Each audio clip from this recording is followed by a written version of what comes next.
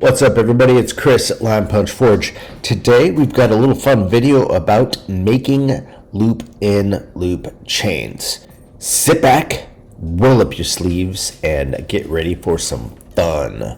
Now, the whole video and voice audio thing being off, well, I tried recording this and the audio didn't record, so we're going to dub this over like make sure I enunciate, foreign film, and do a little voiceover action. So here we go. First off, I need to thank my friends at Little Metal Foxes, littlemetalfoxes.com. They put on an amazing class this last weekend on loop-in-loop chains. Now, if you're not familiar with Little Metal Foxes, they do online interactive jewelry classes at a very reasonable price. Now, if you learn well by reading a book and looking at pictures and stuff like that, I recommend this book, Classical Loop-in-Loop Chains and Their Derivatives, written by these two authors. I'm putting up here because if I try to pronounce it, I will butcher it, and I don't want to do that because this is an amazing book. So let's take a look at the chain that we're going to be making today. So this is referred to as a single loop-in-loop chain. It has a single link in it. There are other derivatives, but this is the one that we're going to do today. This particular chain style is also called a Foxtail chain. So here we go. And let's talk about the things that we're going to need in order to make this project. First off, we're going to need some wire. In this case, it is fine silver, 20 gauge fine silver wire. Now, how much wire do you need per length of chain? With a 20 gauge wire, it's typically about 8.5 feet of wire will make approximately 16 inches of chain. Now, that's if your mandrel that you're using is 5/16 in diameter or 8 millimeters for those metric folk. We are using fine silver because we're going to be fusing our links. And well, this is a no solder chain. Fusing is basically melting the surface of the metal so that it then fuses or bridges the gaps and becomes one synonymous piece of metal. So, silver, fine silver, 20 gauge. Next up is your mandrel. I'm using a steel mandrel. This one happens to be from a Pepe Tools jump ring kit. And you can use a wooden dowel. You can use a steel dowel. You can use anything round. In this particular type of chain, we're using a 5/16 or 8 millimeter diameter mandrel. You can use steel or wood. It's all up to you. All you need is something that you can wrap your wire around and then eventually cut. We'll talk about that in a minute. Simon says make a circle with your hands. Just kidding. Basically, we're talking about loop forming here. After you've got your jump rings fused together, you're going to need to form those. And there are a couple tools that you can use. In this case, I have a pair of Swanstrom link forming pliers in my hands here. They have an adjustable screw, so you can determine how much you stretch each of the links. But this option can be relatively expensive. So if you're on a budget and you want something else, I need to thank Little Metal Foxes for this tip. These, I'm about to hold up here in a minute, are snap ring pliers. They are basically a type of ring for retaining on different types of machinery and stuff, but what they do is as soon as you compress on the handles, the open end moves outward versus inward. So they work great for stretching out your links and creating ovals. These tend to be around $25. Eventually, I'm going to try and get some for my website, but the Swanstrom one, last time I checked prices, are between maybe $80 and $110. So, big difference, does exactly what you need to do, and it's a cool vintage tool. So, check those out. Right now, Little Metal Foxes has some on their website, littlemetalfoxes.com. Check them out, and yeah, I'm going to try and get some for my website as well. Next up, you're going to need some sort of awl, AWL. This one I'm about to hold up here is a chain making awl that I have created and now sell on the website. It has a nice thin taper to it, nice sharp point, has the old vintage knob type thing that I like to do with a lot of my tools. But yeah, it's nicely polished and it won't hurt your chain as you're pressing it in to elongate some of the loops a bit. This is nice and polished and made by Line Punch Forge, aka me. Now, do you need this tool from Line Punch Forge to make chain? No, you don't. You can use a regular old inexpensive awl. You just got to make sure that they're nice and polished up. Also, I like nice thin tapers. The thicker tapers tend to start off nice and sharp and then move to a fatter tip, which I don't necessarily like. I like having a thin taper. So that's it. And let's move on. I'm sure I've got plenty of other tools I'll introduce along the way. All right, let's move on to the first step of making a chain. We're going to have to form our loops, our jump rings, and like we talked about before, I'm using the Pepe Tool jump ring kit in an 8mm diameter mandrel to create 8mm round jump rings. So I'm going to be placing this little guy in my drill. Hang on, wait for the drill, and we're going to go ahead and form our links around that using the drill. So I'm pressing my wire in a vise with a little piece of leather. What that's going to do is help kind of work harden and straighten my wire as it's going around the mandrel.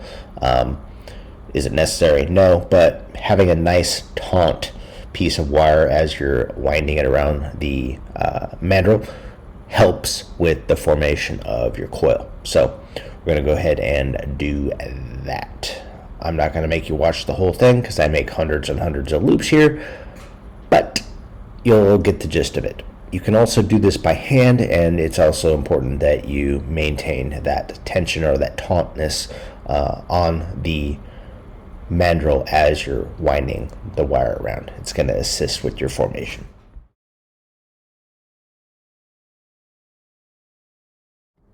Now that we have all our little fun coils here of tons of jump rings that we're eventually going to have to fuse together, we're going to go ahead and prepare them using a method that I like to use for the jump ring cutter.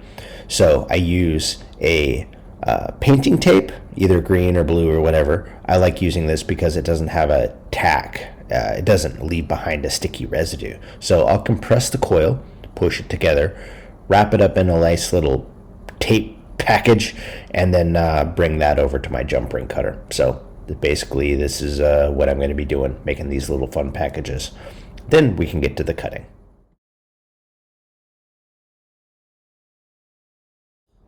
Alright, here we are at the jump ring cutter. I'm not going to go too in depth about how to use this particular tool. I am going to place the coil packages in there. I'm going to seal it up and forget to do one of the most important things that you need to do with these, lube. So I'll have to take that blue lube and then reapply the screws here just in a second. But while we're watching me forget the lube, we're going to go ahead and talk a little bit about this tool. The most important things about this guy is to make sure that it's not compressed, because you don't want the spring pressure once those jump rings are cut to then crush your jump rings. That's going to be pretty detrimental for your practice here.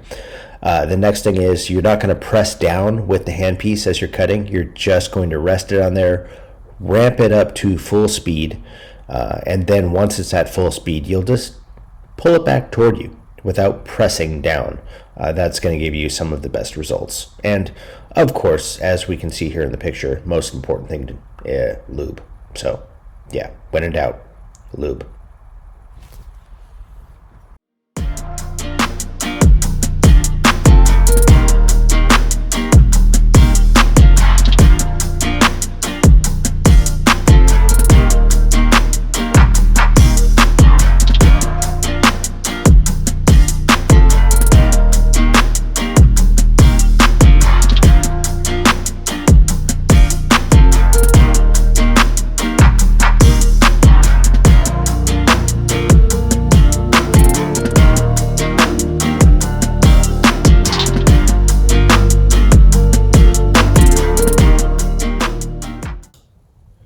Now that we have all of our jump rings cut, we're going to go ahead and take them out of the little packages here, watch them fall down into the box like it's raining jump rings.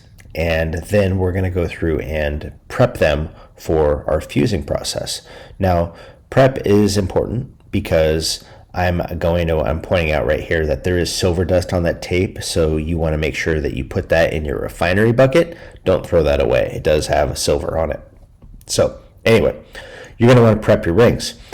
Prepping your rings means pressing them together, twisting them together like you close a jump ring, and making sure that there's no gap between the two cut-ins. That's going to be pretty important when it comes to fusing. And I'm going to be showing you a kind of an example of over-exaggeration example of when two things aren't touching, it doesn't want to fuse. All right, we're going to go ahead and do some fusing. So I have a little technique here that works really well for me. I drew a little circle on my solderite board. That way all of my soldering is going to be done in that one area. Now, a lot of people who fuse rings together will line them out, organize them, and then move the torch from each line to the next line, like you see here me doing. This is an example of that. What I like to do is use that little round circle there as the one place that I'm doing my soldering. And the reason is my torch isn't consistently trying to heat up the background of a ring prior to the fusing. So the solderite board that isn't heated up can act like a heat sink.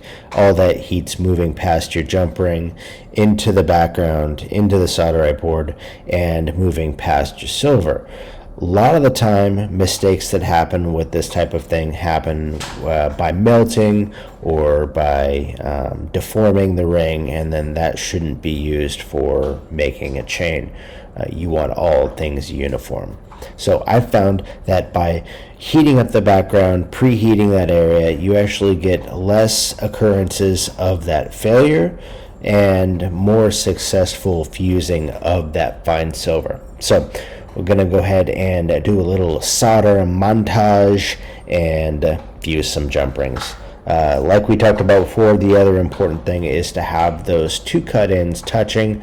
There shouldn't be any gap. Any gap ones are generally going to probably fail, but you should expect to have some jump ring fusing failures in this process. It's just bound to happen.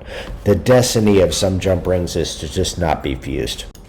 So you're going to see me do this with two hands, one hand using the torch, the other hand moving the jump rings from my pile with a pair of tweezers into the little hot area and then moving them out when they cool down a little bit. So enjoy and love the music.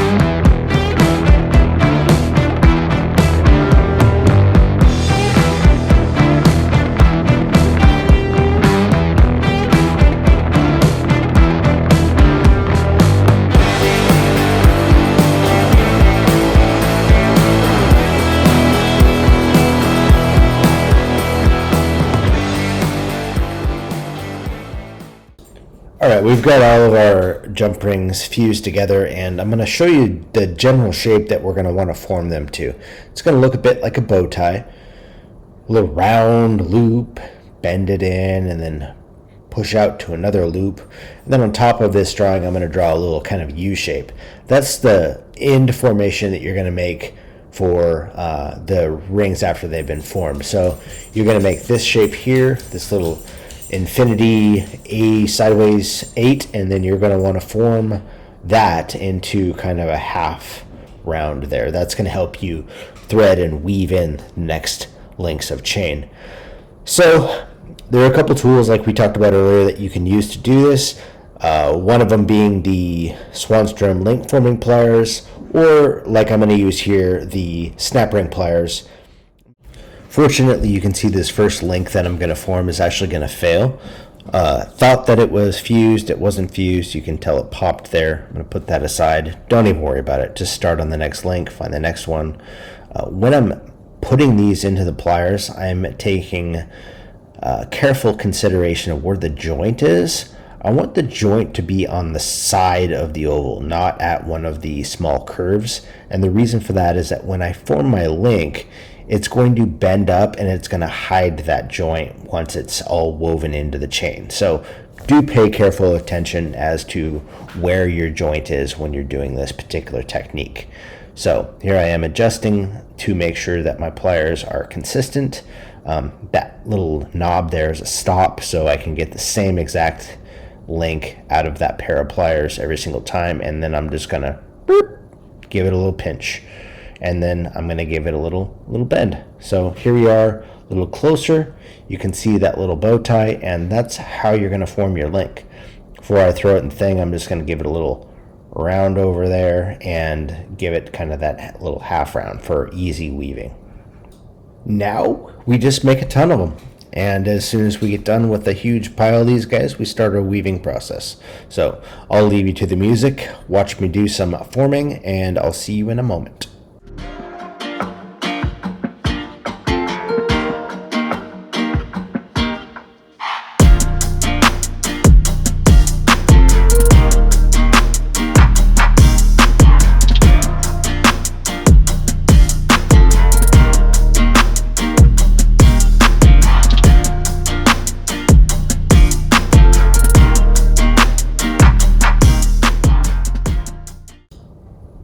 Alright, so we have a huge bunch of links all formed up and ready to start weaving. You'll see all of these guys are bent to that nice little shape. They've got the kind of oval, kind of bow tie thing going on, and we're going to start forming each one of these into a link and weaving one into the other, and we'll get some close-ups on exactly what's happening with that. Here you can see the bow tie. I'm going to be putting the chain making all through that little hole there, kind of stretching it out a little bit so that next link can slide through there. I'm going to try and make them as even as possible, and I'm just going to kind of wallow that hole out a little bit so it's a little bit bigger. You'll see that here in just a second. Do one side, do the other, and then I have a little bit larger link here. I'll try and get back in the pliers as you see. And now the next link should slide right through that. Now before I slide the next link in, I'm going to want to take that first link I made and bend it up into a little bit more of a U shape. That U shape is going to allow for one side to go through the other and start making that chain. Alright, so basically we're going to start threading that little U. So going to be our first link, and we're going to take our next link, slide it between those two holes that we elongated, and we're going to create a little formation. Kind of looks like a little, I don't know, little deer head with some antlers. Kind of looks like that. Oop, dropped it. Let me get a close up. Alright, now that we have our little antler head there, we're going to take that next link, that one we just put through, and we're going to bend it up into a U like this. And now we're going to take our awl. We're going to take our awl and elongate those holes again, waller them out, just like maybe happening here in the picture, or not. Maybe I'm bending with my fingers, but we're going to want to prep that next one, just like this here, for that next link to be woven through. And this is just going to be a repeating pattern of one going through the other, going through the other, going through the other. So if you've got some music, or you want to sit down and watch a movie, and you've got all these links made, I suggest this is the time that you hang out, just weave, enjoy yourself, be left to your thoughts.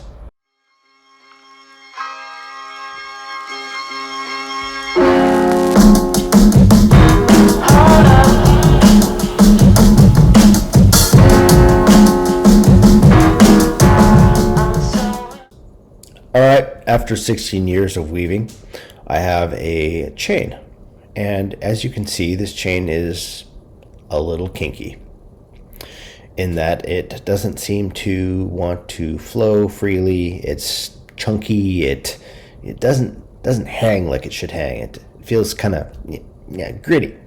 So we're going to go over a process for making this chain less gritty and more flexible, like this guy here.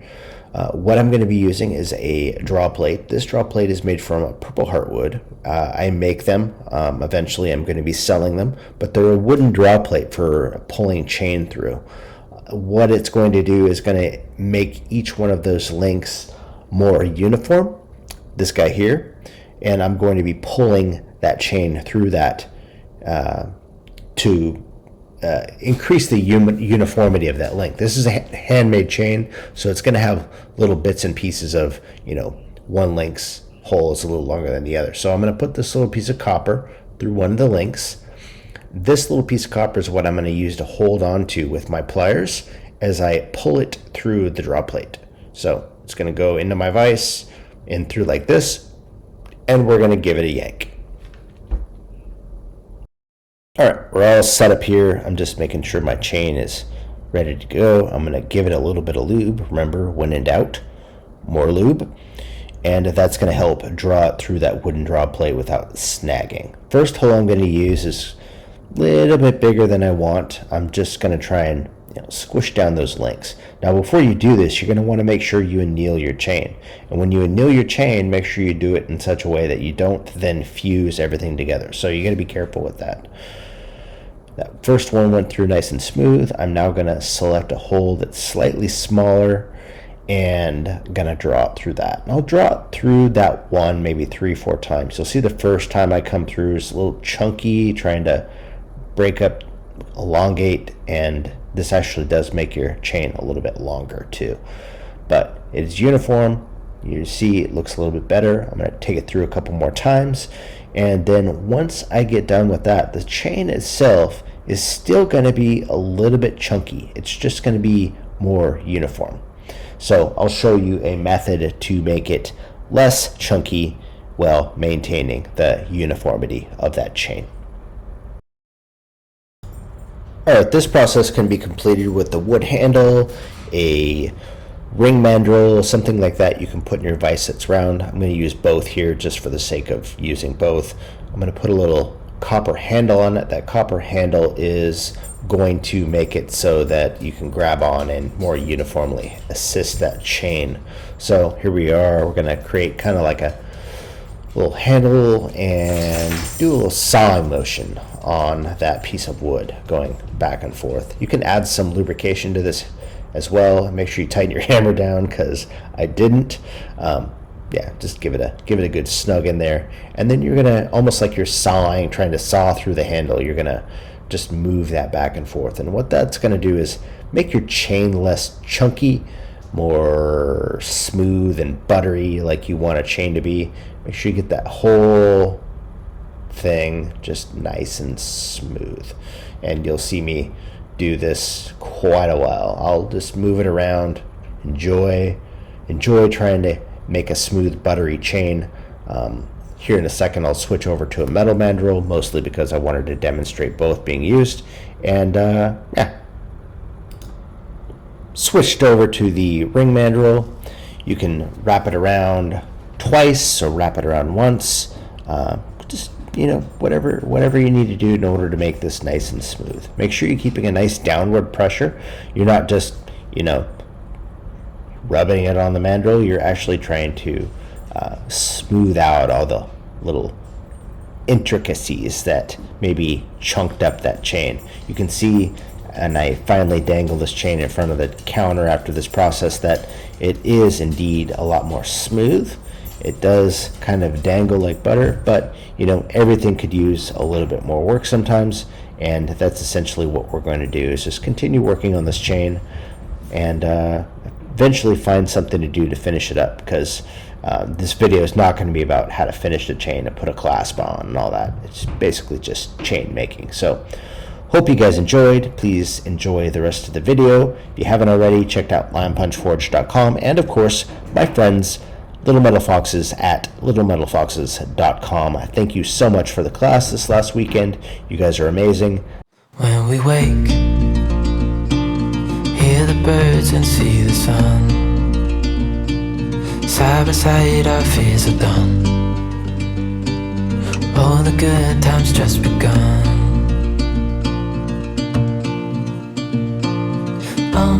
We know what we have, let's hold on tight. Found what we're looking for in life. Call us crazy, but things are finally right. With you and I, the future is bright.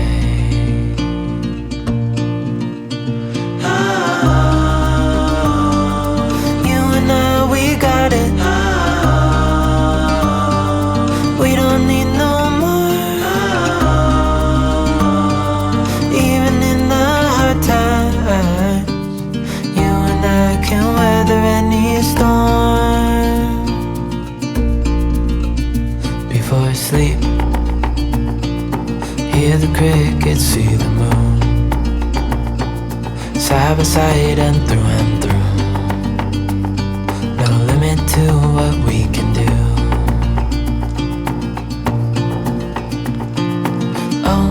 We know what we have, let's hold on tight. Found what we're looking for in life. Call us crazy, but things are finally right. With you and I, the future is bright.